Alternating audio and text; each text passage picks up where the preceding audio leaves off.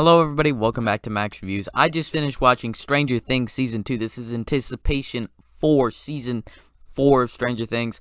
Another solid season, so let's get talking about it.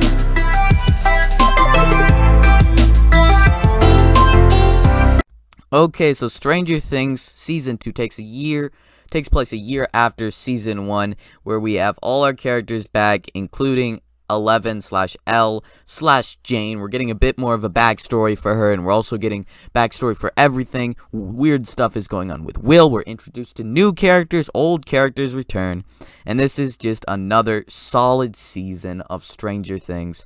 A lot of people say this is the worst season I've seen, and I think it's a pretty solid 9 out of 10 still. So, starting us off, first episode is Mad Max. So, first character that we're really introduced to, new character, Max, who is this girl, red hair, longer hair, and she's our sort of like new girl antagonist, sort of a thing. Well, protagonist. Yeah, protagonist. And she's new, she's with the team now, and so in this season, we're sort of focusing on there's roots growing underneath the portal, and we're all trying to stop it. There really isn't that human evil person out to get everybody. Nope, that isn't there. It's just this monster thing. This they call it the Mind Flayer, which is sort of taken over Will later in the season, and we have Will here, who is having visions of the upside down. He could go to the upside down, like visions. And it's sort of real, sort of not real, sort of messy thing here. And we also have Chief Hopkins, who's taking care of Elle. We have our main four boys here, Will, Lucas, Dustin, and Mike. Mike is still getting over Eleven being gone, even though she isn't. Lucas and Dustin are battling for Max's love, and Will is dealing with being back as a kid. Like, you see all three boys, except for Will, riding their bikes to school and stuff, or parties, or Halloween, and he has to be driven by his mom or dad. No, mom or brother, because his dad is horrible. But it's just very interesting stuff right here. I'm liking it. And we get an episode where there's this tiny little thing that came out of Will's mouth is actually this thing that they're calling a pollywog. And Dustin takes it in. It's this cute little salamander monster thing, and I'm like, that is evil. And he opens up the trash can, and there it is, the pollywog. And it's just like this salamander thing, it looks like, and then it grows legs, and then it gets bigger, and then it turns into a demodog, which is a demogorgon, like the evil thing from the first season, except for it's smaller, more like a dog. And I think it's named, I forgot the name. Dart. It's named Dart. And I think the main problem for this season, for me, why it's not as good as season 1, at least for me, would be the separation of Elle and everybody else. The first shot thing of this entire season is these people that we have no idea who they are, with masks on, jumping in a van. The cops are chasing after them, and this one girl uses power to have this illusion in the cop's head that the wall has fallen down when it hasn't actually, and then we see it's number 8. Okay? We never come back to that until episode 7. This is the longest season. It's 9 episodes long. The other seasons are 8 episodes long. And I think it's an extra episode long because they had to shove in this episode where it's just 11 and her sister 8 meeting and hanging out and talking about what happened and what they should do with their powers. And then that's it. And that was sort of shoehorned, pushed in, shoved in. I don't think that needed to be there. Is it cool that we're sort of going to Eleven's mother and her sister and stuff? I enjoyed that episode quite a bit, actually. I really enjoyed it. Seeing number 8 and her trio of weird, goofy characters that I just had a ton of fun watching, but feels sort of out of place. I enjoyed it. It's still a solid episode, but it just feels sort of out of place in this show right here. So we have Eleven and Officer Hopkins are sort of together. They're sort of like a family here, and she's grown her hair longer. It's been a year, and next thing, Will gets possessed by this demon Mind Flayer thing, and he could tell the Mind Flayer where it is, where they are, and what's going on. 11 is going and searching for her mom, and then Max, her older brother Billy, is the worst, and his stepbrother, I should mention. And so just interesting. And the people at the laboratory last season, they legitimately killed anybody who got interested in the lab or the town or anything. They would kill them. In this season, instead of Papa, the bad guy, we don't have a human evil guy. We have this doctor guy.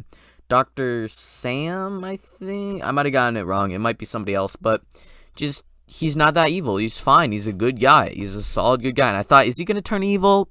It seems like he might. And then he doesn't. They're burning the hole because the worms are coming out, but they're just burning the entire dimension the upside down if they can. So they're trying to keep it out because they can't seal the door. And then you figure out that all the crops are dying, and it's because it's been snaking around. And Will is sort of like our spy that we call. He's spying on this Mind Flayer, and the Mind Flayer sort of looks like a giant spider. I would say sort of cloud spider, black cloud spider. And so we get sort of the crops are dying, and he draws these drawings of a map of the entire town that they're in. And so we get this, and we also get it possessing him and taking him over 100% and showing he's sort of like taken over by this monster. And we also get this character, Bob, who I actually really enjoyed. He's in Lord of the Rings. Let me figure out his name here. He plays Sam, and it's just fun to see him do something. They got an actual I'd say fairly big celebrity in to do this, and so it's good to see. Let me see, what is his name? Working on it, sorry. Sean Austin in to play this guy, Bob, he's one of the most likable characters in this show. Like, you have characters like Jonathan, who have legitimately spied on Nancy and Steve making out and taking pictures of it. You got Steve, he's punched Jonathan in the face. You got Dustin, who legitimately took a demodog and wanted to save it, and then eventually it tried to kill them all. So everybody's done evil things, but Bob is just so innocent. He's such a nice guy. He's Joyce's like new boyfriend / it would be a bit more than that, I think, if he had stuck around for another few episodes, then he would have been her husband, and it would have been perfect.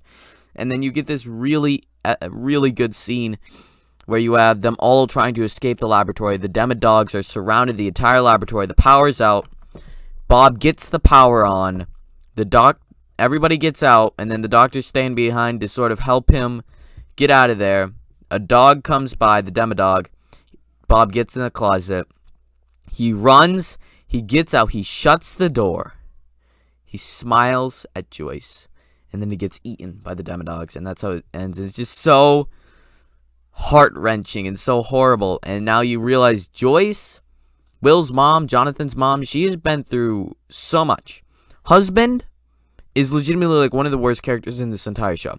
He left her and then came back so that he could get the money from the boy being killed in the first season. He came back to get the money from his son being killed, and because he needs to pay off debts.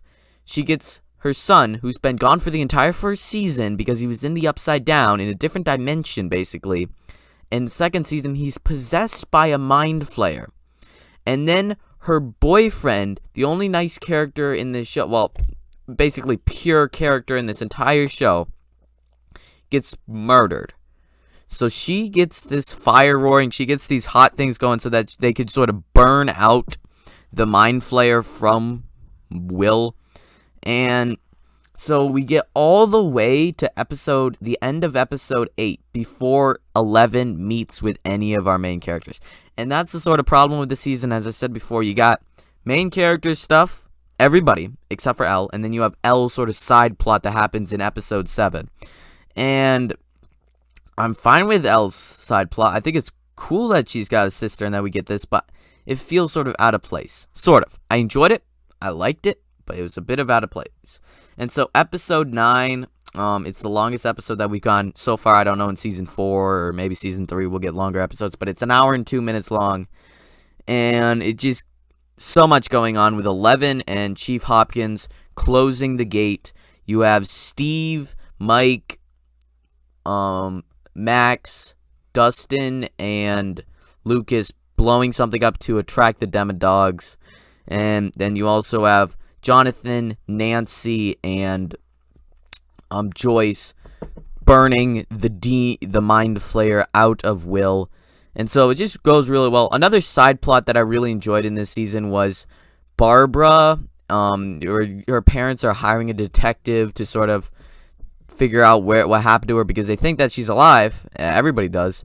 And so Nancy and Jonathan set up this whole thing where Nancy and Jonathan go to the inspector and they prove to him that there's actual stuff going on here and that she got eaten by a monster. And so he says that it was gas. And so Barbara, they have her funeral and her parents are crying and all that. And so we end the season in the perfect way where I was just grinning so hard. I was so happy. The end to the season. You get the ball that Mike had invited 11 to. This is a month later. 11 closes the gate and gets rid of all the monsters. But they're going to the ball. Well, not exactly the ball. The dance where Mike had asked 11 to go to a year ago. And they all go. 11 dances with Mike. And it's just... Chief Hopkins goes to ask the doctor guy if 11 could go out for one night. And it was this one night. It was so perfect. You get Max, date goes out with Lucas. Dustin and Lucas had been sort of battling for Max, but not in like a way where you hate them. It's just a way where they're talking to her and sort of they want to see who she'll choose. They're not all out punching each other for her. No, not like that. So it feels right. Dustin has been having this nice relationship with Steve, and then Steve, who one of my favorite characters. He just runs off.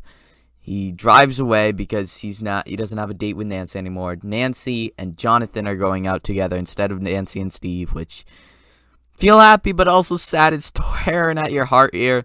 And then you have Nancy dancing with Dustin because nobody will dance with him. She says that girls are cruel and that they'll get back together and that he'll find a girl. And then you also have Will dancing with this random girl, and then I just loved it. I love the ending. And then you flip around after you see Mike and 11 dancing to see in the what's it called? Give me a second. In the upside down, yeah, that's what it is. The upside down, the Mind Flayer is looking at them, and that's how the season ends. I absolutely, once again, love this show. Not as solid as the first season because of the 11 thing, but I still really enjoyed it. All the side characters, all the main characters, all the character arcs, all the monsters are a bit bigger stakes, but I don't think they're bigger than the actual Demogorgon from the first season. The Mind Flayer hasn't really done a whole bunch, and the Demodogs are just minions, so I enjoyed it. Really liked it, so leave your comments down below your thoughts on this season. Can't wait for season 4. I'm going to be checking out season 3 sometime in the next month or so before season 4 comes out. This is my review for Stranger Things season 2. Like, subscribe to Max Reviews. Thank you everybody for watching. I'm Braden. This is Max Reviews. Braden out.